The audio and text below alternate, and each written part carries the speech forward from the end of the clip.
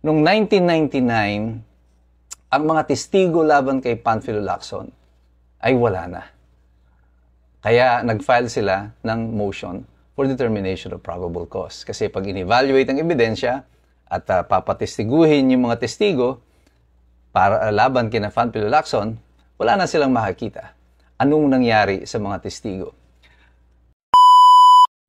Ano nga bang nangyari doon sa mga kasong isinampalaban kay Panfilo Lacson at lahat ng kanyang mga kasamahan na involved doon sa Curatong Baleleng Massacre? Magandang gabi po sa inyong lahat. Ito po muli si Attorney Mike Operaro at iyan ang ating pag-uusapan sa gabing ito. Noong 1995, matapos po ang investigasyon sa Senado, ang lahat ng ebidensya at records na nakalap sa Senado ay itinransmit o inilipat sa Office of the Ombudsman para sa pagsasampa ng kaukulang kaso laban kina Panfilo Lacson. Matapos po ang ilang buwan ng pag-aaral ng Ombudsman, nagsampa po sila ng 11 counts of murder against kay Panfilo Lacson at sa kanyang mga kasamahan. Pero bago pa man po makapag-issue ng warrant of arrest ang Sandigan Bayan, nag-file na po ng maraming mga motion ang abogado ng depensa o nila Panfilo Lacson na una ay kinu-question po nila ang jurisdiksyon ng Sandigan Bayan at kasama din po dito ang kanilang request na ibalik sa Ombudsman ang kaso upang magkaroon pa ng further investigation. Kinatigan ng Sandigan Bayan ang motion na ito ng depensa nila Panfilo Lacson na ibalik sa Ombudsman at pag-aralan na muli ang kanyang kaso. Matapos po ang ilang buwan na pag-aaral ng Ombudsman, ibinalik nila sa Sandigan Bayan uli ang kaso, subalit sina Panfilo Lacson ay hindi na mga principals by direct participation. Sila na lang po ay naging mga accessory. Ibig sabihin, bumaba ang demanda laban sa kanila. Hindi na po sila yung diretsong may partisipasyon sa pagpatay, kundi nagamit na lamang sila, accessory, doon sa pagkakapatay. At dahil po dito, kahit na may kaso sila, ay pinayagan sila na may karapatan silang magpiyansa. Subalit ang kanilang ibang mga kasamahan na involved doon mismo sa operasyon na kung saan may mga namatay, sila po ang naging principals by direct participation. At kailangan silang makulong.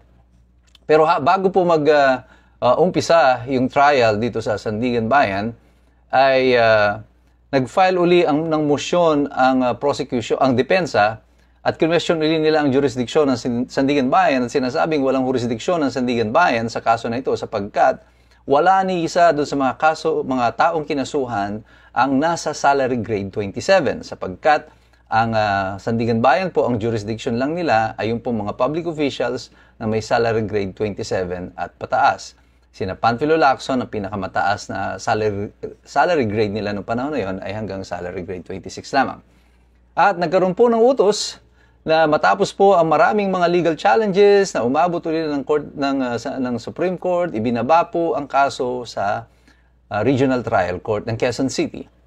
Pero habang nasa Regional Trial Court po ng Quezon City, ay nagkaroon po ng amyenda sa Sandigan Bayan Law na sinasabi ng Ombudsman na po pwede na ngayon isang pamuli sa Sandigan Bayan ang kaso. At tinry nila, sinubok nila ibalik sa Sandigan Bayan ang kaso na ito. At dito po, nag-question na naman ang abogado ng depensa nila Panfilo Lacson at challenge hanggang Supreme Court ang constitutionality ng amendment sa Sandigan Bayan Law. At ang petition na yan, eventually, matapos ang mahabang panahon, ay dinismiss din ng Supreme Court, pero iniutos pa rin ng Supreme Court na ibaba sa Regional Trial Court ng Quezon City ang paglilitis. Habang pong nililitis, bago mag-umpisa ang paglilitis dito sa Regional Trial Court, nag-file na muli ng petisyon o motion ang mga abogado ni Panfilo Lacson at nanghingi sila ng judicial determination of probable cause. Ibig sabihin, nais nilang balangkasin o rebisahin mo muli ng husgado ang mga ebidensya ng prosecution nung panahon na yon upang malaman kung totoo nga may formal o mayroong sapat na basihan para sila ay kasuhan dito sa Regional Trial Court for Murder. At ang importante po sa panahon na ito ay ang taon kung kailan ito final, yung motion for determination of probable cause, at sino na ang Pangulo sa panahon na ito. Noong 1999, si Erap Estrada na po ang presidente. 1998 na-elect po si Erap bilang bagong Pangulo At si Panfilo Lacson naman ay nakapila na, nakalinya bilang magiging next PNP chief. However, may kaso pa siya sa korte, kaya hindi pa siya mai-appoint. Noong 1999, ang mga testigo laban kay Panfilo Lacson ay wala na. Kaya nag-file sila ng motion for determination of probable cause. Kasi pag in-evaluate ang ebidensya at papatistiguhin yung mga testigo para laban kina Panfilo Lacson, wala na silang makakita. Anong nangyari sa mga testigo? Bago pa po mag-umpisa ang trial nito, may lumabas na noon na artikulo sa dyaryo at nagsiwalat itong si SPO2 Eduardo de los Reyes na meron na mga lumalapit sa kanya, ang mga mayayaman ng mga Chinese businessman na nag-aalok sa kanya ng tulong pinansyal upang huwag niyang masyadong diinan si Panfilo Lacson. Yan po ay nasa dyaryo at actually ako'y inutusan noon ni Senator Rocco na hanapin itong nare-report na tao na ito na sinasabing nag-alok ng pabuya o ng financial compensation kay Eduardo de los Reyes para lang huwag niyang masyadong diinan sa kanyang pagtestigo. At yan po ikukwento ko sa inyo sa Hiwalay Pa na serye nitong ating kwento tungkol sa Kuratong Baleleng. Subalit nung 1999 na yon, wala na po si SPO2 de los Reyes at siya po ay napunta na sa Amerika, nag-migrate na po siya sa Amerika. Si Corazon de la Cruz ay umalis na rin sa kustodiya ng NBI at napag-alaman namin na siya ay napunta na sa Amerika at nag-migrate na rin kasama ang kanyang pamilya. Ang ilan pang mga testigo ay nagsialis na rin under the Witness Protection Program at wala nang natira sa kanila na magtetestigo laban kina Panfilo Lacson.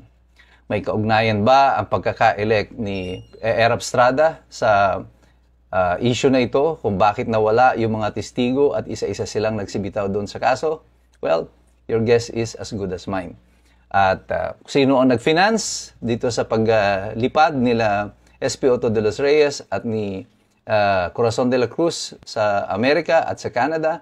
Well, again, your guess is as good as mine. But the fact of the matter is, in 1999, when the case was dismissed, inappoint na po si Panfilo Lacson bilang hepe ng Philippine National Police.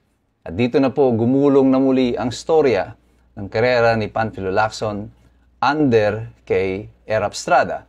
At nagumpisa ang marami pang mga kontrobersiya at mga issue. At dito na nga po sumulpot ang issue ni Dacer at ni Corbito na pinaslang sa panahon na ito na nadawit din ang pangalan ni Panfilo Lacson at ni Michael Ray Aquino. Ang biglang pagsulpot ni Chavit Singson bilang testigo laban kay Erap Estrada na naging nagbunsod ng pagpa-file ng impeachment complaint laban sa kanya at ang makasaysayang EDSA 2. Lahat ng ito nagkaroon ng papel, partisipasyon, si Panfilo Lacson. Kaya tayong lahat, lagi tayong magmasid, lagi tayong mag-aral. Hindi lahat ng ating nakikita on its face value ay totoo. Kailangan saliksikin natin ito, pag-aralan natin ito, sapagkat mahirap makialam ang taong walang alam. God bless you, God bless us all. Mabuhay ang Republika ng Pilipinas.